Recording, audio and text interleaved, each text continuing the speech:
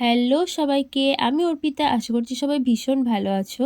আজকের ভিডিওটা হতে চলেছে একদমই এক্সপেরিমেন্টাল। এই যে আমার গাছে ফুটেছে আজ কমলা কালার গোলাপ ফুল, আর এছাড়াও রয়েছে লাল গোলাপ। তো যাই হোক, এই কমলা গোলাপটা দেখেই আমার মাথায় এসেছিল যে একটা এক্সপেরিমেন্ট করি, এটা দিয়ে রেজিন দিয়েই কাজটা করব। তো তোমরাও দেখতে থাকো। একটা আসল ফুলকে যদি রেজিনের মধ্যে দিয়ে রাখি, তো সেই ফুলটা কতদিন সেই রকমভাবেই থাকবে, কিংবা সেটার কোনো কালার চেঞ্জ হয় কি না, তো সেটাই ছিল মূলত এক্সপেরিমেন্টের ব্যাপার।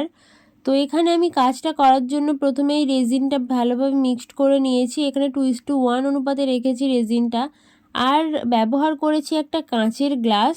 তো গ্লাসের মধ্যে প্রথমেই আমি ফুলটা দিয়ে দিয়েছি। এখানে আমার ছোট্ট একটা ভুল হয়েছে, যে ফুলটার নিচের দিকে আঠা লাগানো উচিত ছিল, যেটা আমি করিনি। এবারে ফুলের ওপরে রেজিনটা ভালোভাবে ঢেলে দিতে হবে। এই যে আমি ঢেলে দিয়েছি, কিন্তু এর পরের ক্লিপটা দেখলেই বুঝতে পারবে রেজিনটা ভালোভাবে শুকাচ্ছিল না, আর ফুলের কালারটাও একদমই চেঞ্জ হয়ে গেছিলো। তো আমার কাছে তো মনে হয়েছে আমার এক্সপেরিমেন্টটা একদমই ফেল হয়ে গেল।